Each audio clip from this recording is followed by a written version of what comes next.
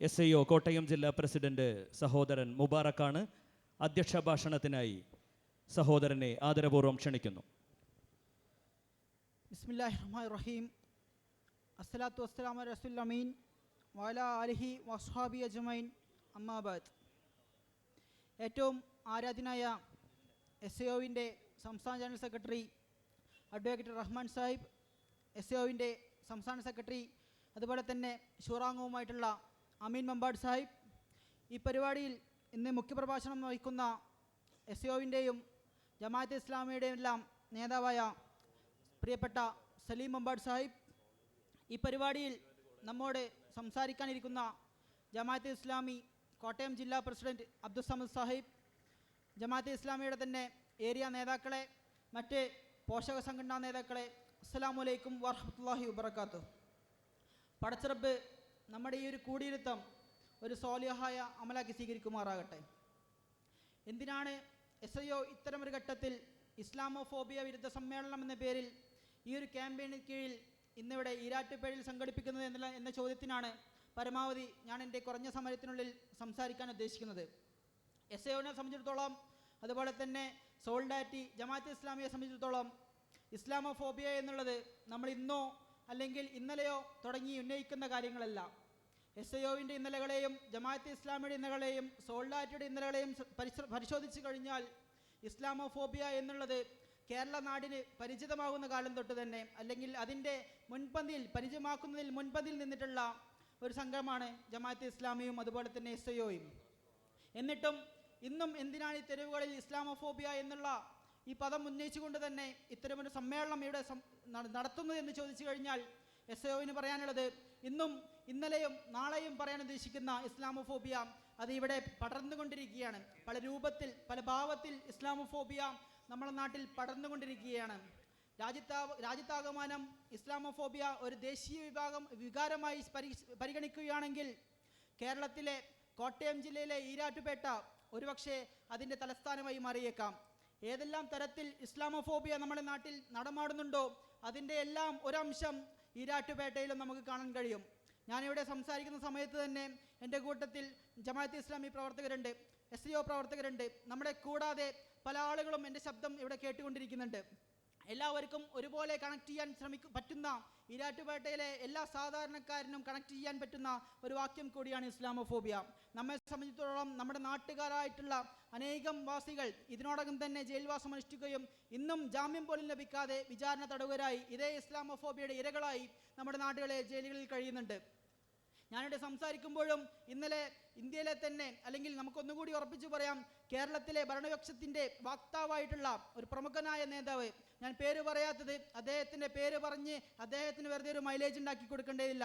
അദ്ദേഹത്തിന് അറിയാം, സ്വന്തം പാർട്ടിയിൽ പോലും സ്വന്തം നാട്ടിൽ പോലും തെരഞ്ഞെടുപ്പിൽ പോലും ഒരു സ്ഥാനം ലഭിക്കാതെ അനാഥപ്രേതത്തെ പോലെ അലഞ്ഞു നടക്കുന്ന ഒരു പ്രമുഖനായ നേതാവ്. അദ്ദേഹം ഇന്നലെ ഒരു വാർത്താ ചാനൽ നൽകിയ അഭിമുഖത്തിൽ അദ്ദേഹം പറയുകയുണ്ടായി, ഇസ്ലാമോഫോബിയയുടെ പേരിൽ അല്ലെങ്കിൽ ഇസ്ലാമോഫോബിയ പകർത്തുന്ന സ്വഭാവത്തിൽ IS കേരളത്തിൽ നിന്ന് റിക്രൂട്ട്മെന്റ് നടക്കുന്നു. അതിന് അദ്ദേഹം ഉദാഹരണം വെക്കുന്നുണ്ട്. കണ്ണൂരിൽ നിന്ന് ചില യുവാക്കൾ എവിടെയോ പോയി യുദ്ധം നടത്തി എന്നൊക്കെ അദ്ദേഹം വലിയ കാര്യത്തിൽ പറയുകയുണ്ടായി.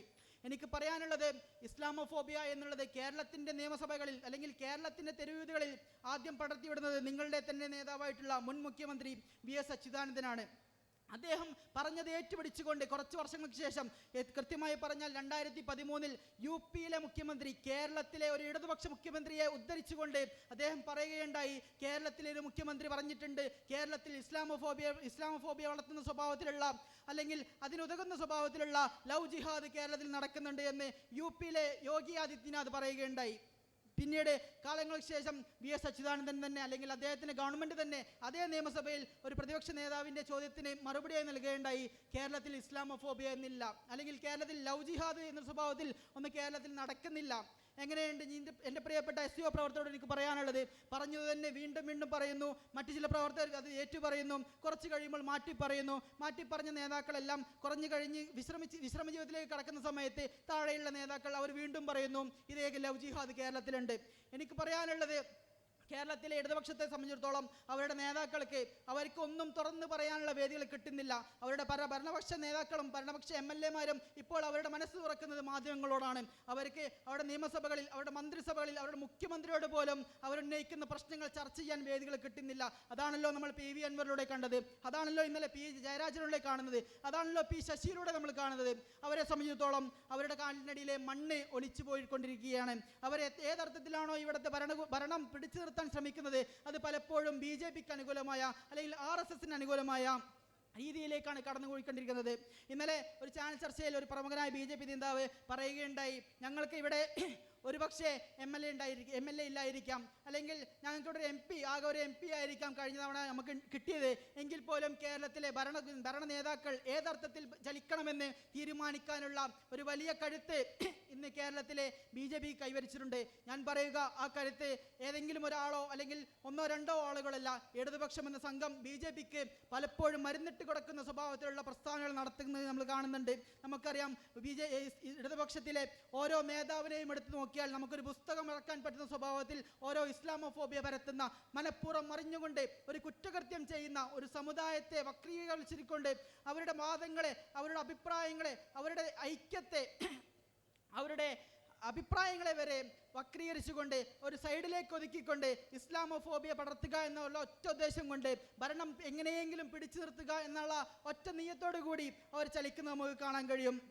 ഇപ്പോഴും അവരുടെ നേതാക്കൾ പറയാറുണ്ട്, കേരളത്തിൽ ഇടതുപക്ഷം ഉണ്ടായതുകൊണ്ടാണ് ഇവിടുത്തെ ന്യൂനപക്ഷങ്ങൾക്ക് അവരുടെ അവകാശങ്ങൾ ലഭിക്കുന്നത്. ഞാൻ ആദ്യമേ പറയട്ടെ, കേരളത്തിലെ ന്യൂനപക്ഷങ്ങൾക്ക് ഇടതുപക്ഷത്തിൻ്റെ യാതൊരു ഗ്യാരണ്ടിയും ആവശ്യമില്ല. ഞങ്ങളെ സംബന്ധിച്ചിടത്തോളം ഞങ്ങൾക്ക് ഇന്ത്യയിലെ ഭരണഘടനയിൽ വിശ്വാസമുണ്ട്. ഇന്ത്യയിലെ ഭരണഘടന ഏതർത്ഥത്തിലാണ് ഇവിടുത്തെ ന്യൂനപക്ഷങ്ങൾക്ക് അവകാശങ്ങൾ വകവെച്ചു കൊടുക്കുന്നത് എന്നുള്ള കൃത്യമായ ധാരണ ഞങ്ങൾക്കുണ്ട്.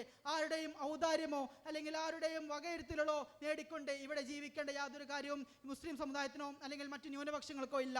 പക്ഷേ യാഥാർത്ഥ്യം എന്തെന്ന് ചോദിച്ചാൽ, പല ന്യൂനപക്ഷ സംഘങ്ങളും, ന്യൂനപക്ഷങ്ങളിലെ പല ഗ്രൂപ്പുകളും ഇന്ന് ഈ ഒരു വാദത്തിൽ നിന്നുകൊണ്ട് എങ്ങനെയും തങ്ങളുടെ നിലനിൽപ്പ് ഒരു സുരക്ഷിതമായി കൊണ്ടു നടക്കുക അല്ലെങ്കിൽ തങ്ങളുടെ സ്ഥാപനങ്ങൾ മുന്നോട്ട് കൊണ്ടുപോകാൻ വേണ്ടി പലപ്പോഴും BJP-യുടെയും അതുപോലെ തന്നെ BJP-യുടെ ഏജന്റുകളെ പ്രവർത്തിക്കുന്ന ഇടതുപക്ഷമടക്കമുള്ള സംഘങ്ങളുടെ കൂടെ ചലിക്കുന്നത് നമുക്ക് കാണാൻ കഴിയും. എൻ്റെ ശബ്ദം കേട്ടിക്കൊണ്ടിരിക്കുന്ന ഈരാറ്റുപേട്ടയിലെ അത്തരം ന്യൂനപക്ഷങ്ങളോട് എനിക്ക് പറയാനുള്ളത്, നിങ്ങളൊരു പക്ഷേ ഇന്ന് നിങ്ങൾ സേഫ് ആയിരിക്കാം, അല്ലെങ്കിൽ നിങ്ങളുടെ സ്ഥാപനങ്ങൾ ഇന്ന് സേഫ് ആയിരിക്കാം, നിങ്ങളുടെ മറ്റുള്ള ഉന്നതികൾ ഒരുപക്ഷെ ഇന്ന് സേഫ് ആയിരിക്കാം. ഒരുപക്ഷെ നിങ്ങൾ ഇസ്ലാമോഫോബിയ കണ്ടന്റ് പരത്തുന്ന അത്തരം വംശീയ പരാമർശങ്ങൾ നടത്തുമ്പോൾ ഒരുപക്ഷെ കേരളത്തിലെ മന്ത്രിമാർ നിങ്ങളുടെ വസതികളിൽ വന്ന് കണ്ട് നിങ്ങളുടെ കുശലം പറയുന്ന അവസ്ഥ ഒരുപക്ഷെ നിങ്ങൾക്ക് വന്നിരിക്കാം. പക്ഷേ കാലം സാക്ഷി, നാളെ അത് അങ്ങനെയായിരിക്കില്ല.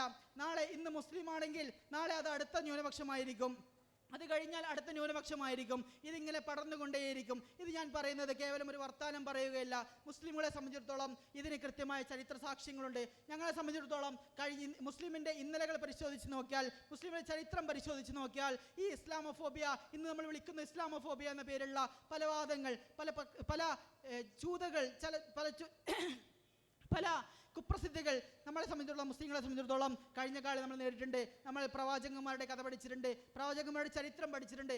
ഏത് പ്രവാചകനാണ് ഈ സ്വഭാവത്തിൽ ഒരു വംശീയ പരാമർശം അല്ലെങ്കിൽ ഈ അരികുവൽക്കരണം നേരിടാതെ പോയിട്ടുള്ളത്?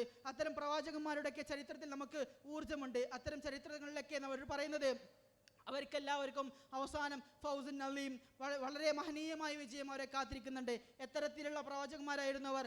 ഖുറാനിൽ തന്നെ പറയുന്നുണ്ട്, വസ്തഫ്തിഹും, അവർ സ്ഥിരമായിട്ട് റബ്ബിനോട് പ്രാർത്ഥിക്കാറുണ്ടായിരുന്നു. അങ്ങനെ പ്രാർത്ഥിച്ചു കഴിഞ്ഞാൽ അവർക്ക് കിട്ടുന്നത് ഏത് കുതന്ത്രശാലിയെയും വകവരുത്താൻ കഴിയുന്ന, അല്ലെങ്കിൽ ഏത് വലിയ ബുദ്ധിമാനെയും വകവരുത്താൻ കഴിയുന്ന വലിയ ഒരു ആയുധം പടച്ചിറബ് അവർക്ക് നൽകും. അങ്ങനെ ആ കുതന്ത്രശാലിയെ അല്ലെങ്കിൽ ആ അനീതി പൂണ്ട ഭരണാധികാരിയെ നിലക്ക് നിർത്താനുള്ള കഴിവ് പടച്ചിറബിനുണ്ട്. ആ ഒരു വിശ്വാസത്തിലാണ് ഇന്നിവിടെ എൻ്റെ പ്രിയപ്പെട്ട SEO പ്രവർത്തകർ ഇവിടെ കൂടിയിട്ടുള്ളത്. എനിക്കറിയാം, നമ്മളിന്ന് മുടക്കിയ മുദ്രാവാക്യങ്ങൾ, നമ്മളിന്ന് നടത്തിയ റാലികൾ, നമ്മളിവിടെ ഇരിക്കുന്ന ഇരുത്തങ്ങൾ, ഇതൊന്നും പ്രിയരെ വെറുതെയാവില്ല. നാളത്തെ ചരിത്രവീഥികളിൽ ഇന്നത്തെ നമ്മുടെ ഈ ഓരോ ഇരുത്തങ്ങളും ഓരോ മിനിറ്റുകളും രേഖപ്പെടുത്തിയിട്ടുണ്ട്. നാളത്തെ ഒരു ഇന്ത്യയെ പടുത്തുയർത്തുന്ന ഭാഗമായി നമ്മളിവിടെ ചിലവാക്കിയിട്ടുള്ള നമ്മളുടെ പണമോ നമ്മളുടെ അധ്വാനമോ ഒന്നും തന്നെ വെറുതെയാകില്ല. ഇത് ചരിത്രം നമുക്ക് വകവരുത്തുന്നതാണ്. ഈ പാതയിൽ തുടർന്ന് നിൽക്കുമ്പോൾ സ്വാഭാവികമായിട്ടും നമുക്ക് ഒരുപാട് ഭീഷണികൾ ഉണ്ടാവാം, ഒരുപാട് അപകടങ്ങൾ നമ്മളെ കാത്തിരിക്കാം. അത്തരമൊരു അപകടമാണ് ഇന്ന് ഞാൻ ഇവിടെ സൂചിപ്പിച്ചിട്ടുള്ള ഇടതുപക്ഷത്തിൻ്റെ ഭാഗത്തു നിന്നുള്ള ഈ പരാക്രമണങ്ങൾ. അവർ ക്യാമ്പസിലായിക്കോട്ടെ, അവർ നാടുകളിലായിക്കോട്ടെ, അവർ വാട്സപ്പ് ഗ്രൂപ്പുകൾ വരെ ആയിക്കോട്ടെ, ഈ ഒരു ഇസ്ലാമോഫോബിയ പടർത്തുന്ന സ്വഭാവത്തിലുള്ള വാദങ്ങൾ ഉന്നയിച്ചുകൊണ്ടേയിരിക്കും. അവരെ ഏറ്റുപാടാൻ ഒരുപക്ഷെ നോർത്തിലെ പല UP പോലെയുള്ള പല സംസ്ഥാനങ്ങളിലെയും നേതാക്കൾ ഒരുപക്ഷെ വന്നിരിക്കാം. പക്ഷേ നമ്മൾ ഈ മാർഗത്തിൽ ഉയർന്നു നിൽക്കുന്നിടത്തോളം കാലം, നമ്മുടെ മുദ്രാവാക്യങ്ങൾ ഈ തെരുവുകളിൽ ഉണ്ടായിരിക്കുന്നിടത്തോളം കാലം, നമ്മുടെ കൈകൾക്ക് യാതൊരു ബന്ധനവും ഇല്ലാത്തിടത്തോളം കാലം നമ്മൾ ഈ കാര്യം പറഞ്ഞുകൊണ്ടേയിരിക്കും. ഒരുപക്ഷെ അടുത്ത മാസവും എന്തിനു പറയുന്നു, അടുത്ത ദിവസവും നമുക്ക് ഇസ്ലാമോഫോബിയക്കെതിരെയുള്ള റാലികൾ, ഇസ്ലാമോഫോബിയക്കെതിരെയുള്ള സംഗമങ്ങൾ, ഇസ്ലാമോഫോബിയക്കെതിരെയുള്ള പ്രതിഷേധങ്ങൾ ഇവിടെ നടത്തേണ്ടി വരും. എൻ്റെ പ്രിയപ്പെട്ട സുഹൃത്തുക്കളോട് എനിക്ക് പറയാനുള്ളത്, നമ്മൾ ഈ മാർഗത്തിൽ നിന്ന് പിന്നോട്ടില്ല, നമ്മൾ ഈ മാർഗത്തിൽ തന്നെയാണ് ഉറച്ചു നിൽക്കുന്നത്. അതിനുള്ള ഏറ്റവും വലിയ താക്കീത് കൂടിയാണ് ഈ ഇസ്ലാമോഫോബിയ സ്വഭാവത്തിലുള്ള അഭിപ്രായങ്ങൾ ധാരാളമായി പറയുന്ന, അത് ഏത് വിഭാഗത്തിലുള്ള ആളുകളായിക്കോട്ടെ, അവർക്കുള്ള താക്കീത് കൂടിയാണ് ഇന്ന് SCO കോട്ടയം ജില്ലാ കമ്മിറ്റിയുടെ സംഘടിപ്പിക്കുന്ന ഇസ്ലാമോഫോബിയ വിരുദ്ധ റാലി. നമുക്കറിയാം, ഇന്ന് നമ്മൾ നിൽക്കുന്ന ഈരാറ്റുപേട്ടയിലാണ്. നമ്മൾ നിൽക്കുന്ന ഈരാറ്റുപേട്ടയെ സംബന്ധിച്ചിടത്തോളം കഴിഞ്ഞ കുറേ കാലങ്ങളായി നമ്മൾ പല അർത്ഥത്തിലുള്ള ഭീഷണികൾ നേരിട്ടുകൊണ്ടിരിക്കുന്നു. അതിൻ്റെ ഏറ്റവും ഒടുവിലത്തെ ഉദാഹരണം മാത്രമാണ് പൂഞ്ഞാറുമായി ബന്ധപ്പെട്ട നമുക്കെല്ലാവർക്കും അറിയാവുന്ന സംഭവം. ഈ കേവലം 18 വയസ്സ് പോലും പ്രായമാകാത്ത കേവലം ചെറിയ കുഞ്ഞുങ്ങളായിട്ടുള്ള അവരുടെ ആ പ്രായത്തിൻ്റെ പക്വതയില്ലായ്മയെ, അവരുടെ പ്രായത്തിൻ്റെ അറിവില്ലായ്മയെ ഏതർത്ഥത്തിലാണ് ഇവിടുത്തെ ഉത്തരവാദിത്തപ്പെട്ട ആളുകൾ, അത് ഉത്തരവാദിത്തപ്പെട്ട മുൻ MLA അടക്കമുള്ള ആളുകൾ ഏതർത്ഥത്തിലാണ് ചിത്രീകരിച്ചത് നമുക്കറിയാവുന്നതാണ്. അവരെ ഒരു ദിവസമെങ്കിൽ പോലും ജാമ്യം കിട്ടുമോ ഇല്ലയോ എന്നുള്ള സംശയമുനയിൽ പോലും നിർത്തിക്കൊണ്ട് അവരെ ജയിലിലേക്ക് അയക്കുകയുണ്ടായി. അവരുടെ ചിത്രങ്ങൾ ഉൾപ്പെടുത്തിക്കൊണ്ട് നാട് നീളെ പ്രചരിപ്പിക്കുകയുണ്ടായി. അതിന് വേരൊന്ന സ്വഭാവത്തിൽ ഇവിടുത്തെ പല സോഷ്യൽ നെറ്റ്വർക്കുകളും പ്രവർത്തിക്കുകയുണ്ടായി. അത്തരം സോഷ്യൽ നെറ്റ്വർക്കുകൾ നമ്മൾ പരിശോധിച്ചാൽ കാണാൻ കഴിയും, മുസ്ലിമിനെ സംബന്ധിച്ചിടത്തോളം നമുക്ക് പ്രതീക്ഷ നൽകുന്ന യാതൊരു അഭിപ്രായങ്ങളും അവരുടെ ഭാഗത്ത് നമുക്ക് കാണാൻ കഴിയില്ല. ഏറ്റവും ലേറ്റസ്റ്റായി നിൽക്കുന്ന വഖഫ് വിവാദം പോലും അവർ ഏതർത്ഥത്തിലാണ് കാണുന്നതെന്ന് നമുക്കറിയാവുന്നതാണ്. അത്തരത്തിൽ നമ്മൾ നിൽക്കുന്ന രാജ്യത്ത് ഇന്നലെ സുപ്രീം കോടതിയുടെ വളരെ മഹനീയമായ ഒരു വിധി ഉണ്ടാകുകയും നമുക്ക് എല്ലാവർക്കും വളരെ പ്രതീക്ഷ നൽകുന്ന ഒരു വിധിയായിരുന്നു. രാജ്യത്ത് കുറച്ച് ദിവസത്തേക്കാണെങ്കിൽ പോലും യാതൊരു തരത്തിലുള്ള ബുൾഡോസർ രാജ്യങ്ങൾ ഉണ്ടാവാൻ പാടില്ല. പക്ഷേ എന്താണ് സംഭവിക്കുന്നത് ചോദിച്ചാൽ, ഏതാനും ഇന്ന് രാവിലെ നമ്മൾ സുബഹ് നിസ്കരിക്കുന്നതിന് മുമ്പ് UP-യിൽ നിന്ന് വന്നിട്ടുള്ള അല്ലെങ്കിൽ മഹാരാഷ്ട്രയിൽ നിന്ന് വന്നിട്ടുള്ള 2 വാർത്തകൾ നമ്മൾ ശ്രദ്ധിക്കണം. ഇത്തരം സുപ്രീം കോടതിയുടെ, രാജ്യത്തെ പരമോന്നതമായ ഒരു കോടതിയുടെ വിധി ഉണ്ടായിരിക്കെ തന്നെ അവിടുത്തെ മഹാരാഷ്ട്രയിലെ ഒരു പള്ളി, അതുപോലെ തന്നെ ഹിമാചൽ പ്രദേശിലെ മറ്റൊരു പള്ളി, UP-ലെ മറ്റൊരു പള്ളി, 3 പള്ളികൾ പൊളിച്ചു മാറ്റണമെന്ന് പറഞ്ഞുകൊണ്ട് അവിടുത്തെ ഗ്രാമവാസികളായിട്ടുള്ള RSS പ്രവർത്തകർ മുന്നോട്ട് പോവുകയാണ്. സുപ്രീം കോടതിയെ പോലും വകവെക്കാതെ, അവരുടെ മഹനീയമായ ഇത്തരത്തിലുള്ള ഓർഡർക്ക് പോലും വിലവെക്കാതെ അവർ മുന്നോട്ട് പോയിക്കൊണ്ടിരിക്കുകയാണ്. നമ്മുടെ രാജ്യത്തെ പ്രധാനമന്ത്രി, അദ്ദേഹം എന്തിനെ തിരക്കിലാണെന്ന് ചോദിച്ചാൽ അദ്ദേഹം കുറച്ചു കാലം മൗനത്തിലായിരുന്നു. ഇവിടുത്തെ ഗുസ്തി താരങ്ങൾ രാജ്യത്തിൻ്റെ തെരുവുകളിൽ അലഞ്ഞു നടക്കുമ്പോൾ അദ്ദേഹം മൗനത്തിലായിരുന്നു. അദ്ദേഹം ആ സമയത്ത് ഹിമാലയത്തിൽ പോയതായിരുന്നു. അതിനുശേഷം അദ്ദേഹത്തെ നമുക്കൊന്ന് കാണാൻ കിട്ടുന്നത് ഗുസ്തി താരങ്ങൾ മടങ്ങി വന്നതിന് ശേഷമാണ്, അല്ലെങ്കിൽ ഇന്ത്യ ക്രിക്കറ്റ് ടീം ലോകകപ്പ് നേടിയതിനു ശേഷമാണ്. അദ്ദേഹം പിന്നീട് ഇന്നലെ നമ്മൾ കാണുന്നത് അദ്ദേഹം ഈ രാജ്യത്തിൻ്റെ സുപ്രീം കോടതിയിലെ ചീഫ് ജസ്റ്റിസിൻ്റെ വീട്ടിൽ എന്തോ പൂജയ്ക്ക് വേണ്ടി പോയിരിക്കുകയാണ്. രാജ്യത്തെ യാതൊരു പ്രധാനമന്ത്രിമാരുടെ ചരിത്രത്തിലും കാണാത്ത, അല്ലെങ്കിൽ ആ സ്വഭാവത്തിൽ രാജ്യത്തിൻ്റെ ജനാധിപത്യത്തെ ഉയർത്തിപ്പിടിക്കുന്ന ഒരു നേതാവിലും കാണാൻ കഴിയാത്ത വലിയ വലിയ കാട്ടിക്കൂട്ടലുകളാണ് ഈ രാജ്യത്തെ പ്രധാനമന്ത്രി നൽകിക്കൊണ്ടിരിക്കുന്നത്. അവർക്ക് ഓശാന പാടാൻ പല സോഷ്യൽ ഗ്രൂപ്പുകളുണ്ട്. ഈ രാജ്യത്തെ ഭരണം കൈയടക്കിക്കൊണ്ടിരിക്കുന്ന ഒരുപാട് ആളുകളുണ്ട്. അത്തരം ആളുകളോട് ഞങ്ങൾക്കൊന്നേ പറയാനുള്ളൂ, നിങ്ങളുടെ ഈ കാട്ടിക്കൂട്ടൽ കണ്ടൊന്നും വിരണ്ടു പോകുന്ന, അല്ലെങ്കിൽ ഇത്തരം പോക്രായങ്ങൾ കണ്ടുകൊണ്ടൊന്നും പേടിച്ചു പോകുന്ന ഒരു സമുദായമല്ല മുസ്ലിം സമുദായം. ഈ സമുദായത്തിലെ ചെറുപ്പത്തിൽ ഞങ്ങൾക്ക് വിശ്വാസമുണ്ട്. ആ ചെറുപ്പം നാളെ ഞങ്ങളെ നയിക്കും. ഈ ചെറുപ്പം നയിക്കുന്ന ഓരോ ഘട്ടത്തിലും ഇവിടുത്തെ ചെറുപ്രായക്കാർ അവർക്ക് പിന്നിൽ നിലനിൽക്കും. അത്തരം നിലനിൽക്കുന്ന ചെറുപ്രായക്കാർ ഈ നാടിൻ്റെ തെരുവുകളിലുള്ളിടത്തോളം കാലം എനിക്ക് പറയാനുള്ളത്, നമ്മളെ കാത്ത് വലിയ വിജയം തേടിയിരിക്കുന്നുണ്ട്. അത് നമുക്ക് പടച്ചിറപ്പ് നൽകിയിട്ടുള്ള ഉറപ്പാണ്. ആ ഉറപ്പിന് വേണ്ടി എന്നും മുന്നോട്ട് നിൽക്കുക എന്നുള്ള വലിയൊരു ആഹ്വാനത്തോടു കൂടി ഞാൻ എൻ്റെ കർത്തവ്യത്തിലേക്ക് കടക്കുകയാണ്. ഇന്നത്തെ നമ്മുടെ ഈ സമ്മേളനം ആദരണീയനായ SCO-വിൻ്റെ സംസ്ഥാന general secretary advocate Rahman Sahib നമ്മളോട് ഉദ്ഘാടനം നടത്തി സംസാരിക്കും. അതുപോലെ തന്നെ സലീം സാഹിബ് നമ്മളോട് മുഖ്യപ്രഭാഷണം നിർവഹിക്കും. അതുപോലെ തന്നെ ഈ പരിപാടിയിൽ കാര്യമായിട്ട് തന്നെ SCO കോട്ടയം ജില്ല കഴിഞ്ഞ കുറച്ച് നാളുകളായി വലിയൊരു വർക്കിൻ്റെ ഭാഗമായിട്ട് അതിൻ്റെ ഡാറ്റ കളക്ഷനുമായി ബന്ധപ്പെട്ട വലിയ വർക്കിൽ തന്നെയായിരുന്നു. ഇസ്ലാമോഫോബിയെ സംബന്ധിച്ചിടത്തോളം അതിൻ്റെ ഏറ്റവും വലിയ ആധാരം എന്ന് പറയുന്നത് അതിന് ഡോക്യുമെൻ്റൽ അനാലിസിസ് നടത്താൻ യാതൊരു റെഫറൻസുകളും ഇല്ല എന്നുള്ളതായിരുന്നു. ദിനംപ്രതി ഓരോ വാർത്തകൾ വരുമ്പോൾ തന്നെ നമുക്കറിയാം, നമ്മൾ മീഡിയ വൺ ഷെൽഫ് സ്ഥിരമായിട്ട് വിമർശിക്കുന്ന ആളുകളായിരിക്കാം. മീഡിയ വൺ ഷെൽഫിൽ എല്ലാ മാസവും വരുന്നുണ്ട്. ഈ മാസം നടന്നിട്ടുള്ള ഇസ്ലാമോഫോബിയ അറ്റാക്കുകൾ, ഒക്ടോബർ മാസത്തിൽ നടന്നിട്ടുള്ള ഇസ്ലാമോഫോബിയ അറ്റാക്കുകൾ, സെപ്റ്റംബർ മാസത്തിൽ നടന്നിട്ടുള്ള ഇസ്ലാമോഫോബിയ അറ്റാക്കുകൾ, ഈ അറ്റാക്കുകൾ എല്ലാ ദിവസവും ഇങ്ങനെ വരുന്ന സമയത്ത് നമ്മൾ വിചാരിക്കും ഈ മാസത്തോടു കൂടി ഇത് അവസാനിക്കും, അല്ലെങ്കിൽ അടുത്ത മാസത്തോടെ ഇത് അവസാനിക്കും. പക്ഷേ ഒരു കാരണവശാലും നമ്മൾ അത്തരം നിഷ്കളങ്ക യുവാക്കളായി മാറാൻ പാടില്ല. ഇതൊരു അവസാനമില്ലാത്ത പ്രക്രിയയാണ്. ഏതർത്ഥത്തിൽ നമ്മളിവിടെ ചേർന്നിരിക്കാൻ വിമുഖത കാണിക്കുന്നിടത്തോളം കാലം, അല്ലെങ്കിൽ നമ്മൾ ഈ തരത്തിൽ ഈ മാർഗത്തിൽ മുന്നോട്ട് പോകാൻ നിസ്സംഗത കാണിക്കുന്നിടത്തോളം കാലം ഈ അറ്റാക്കുകൾ ഒരിക്കലും തന്നെ നീരുകയില്ല. നമുക്ക് മുമ്പിൽ ഒരുപാട് പ്രതീക്ഷകളുണ്ട്. നമ്മുടെ ക്യാമ്പസുകൾ ഒരുപാട് പ്രതീക്ഷയുള്ള സ്ഥലങ്ങളാണ്. നമ്മുടെ തെരുവീതികൾ നമുക്ക് ഒരുപാട് പ്രതീക്ഷകളുള്ള സ്ഥലമാണ്. നമുക്കറിയാം ഈ രാജ്യത്തിൽ പ്രതീക്ഷ നഷ്ടപ്പെട്ടുകൊണ്ട് പല സുപ്രീം കോടതി വിധികളും എനിക്ക് പിന്നിൽ ചിത്രങ്ങളിൽ നിങ്ങൾക്ക് കാണാൻ കഴിയും. നമ്മൾ വിളിച്ച മുദ്രാവാക്യങ്ങളടക്കമുണ്ട്. ബാബരി മസ്ജിദ്, ഇന്ത്യൻ മുസ്ലിമിൻ്റെ കണ്ണിലെ എന്നും കണ്ണീരായി തന്നെ നിൽക്കുന്ന ബാബരി മസ്ജിദ്. ഈ ബാബരി മസ്ജിദ് ഒരു കാരണവശാലും ഓർമ്മകൾക്ക് വിട്ടുകൊടുക്കാൻ SAO തീരുമാനിച്ചിട്ടില്ല. SAOൻ്റെ പ്രവർത്തകർ ഏതറ്റം വരെയും പരിശ്രമിച്ചിട്ടായാലും വേണ്ടിയില്ല, ബാബരിയുടെ മണ്ണിൽ തക്ബീർ മുഴങ്ങുന്നവരെ ഈ മാർഗത്തിൽ നിന്ന് SAO പിന്നോട്ട് പോവുകയില്ല.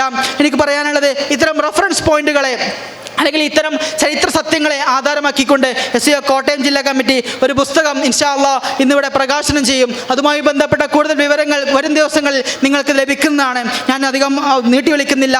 അതുപോലെ തന്നെ ഇന്നത്തെ ഈ പരിപാടിയിൽ നമ്മോട് സംസാരിക്കുന്ന അഡ്വക്കേറ്റ് റഹ്മാൻ സാഹിബ്, സലീം സാഹിബ്, SAOൻ്റെ തന്നെ സെക്രട്ടറിമാരുള്ള അമീൻ മമ്പാട്, SAOൻ്റെയും ജമാഅത്തെ ഇസ്ലാമിയുടെയും മറ്റ് നേതാക്കളെ, നിങ്ങൾക്ക് എല്ലാവർക്കും ആയിരം സലാം പറഞ്ഞുകൊണ്ട് ഞാൻ നിർത്തട്ടെ. വാഹിദ് ദവാന അൽഹംദുലില്ലാഹി ബിൽ ആലമീൻ. അസ്സലാമു അലൈക്കും.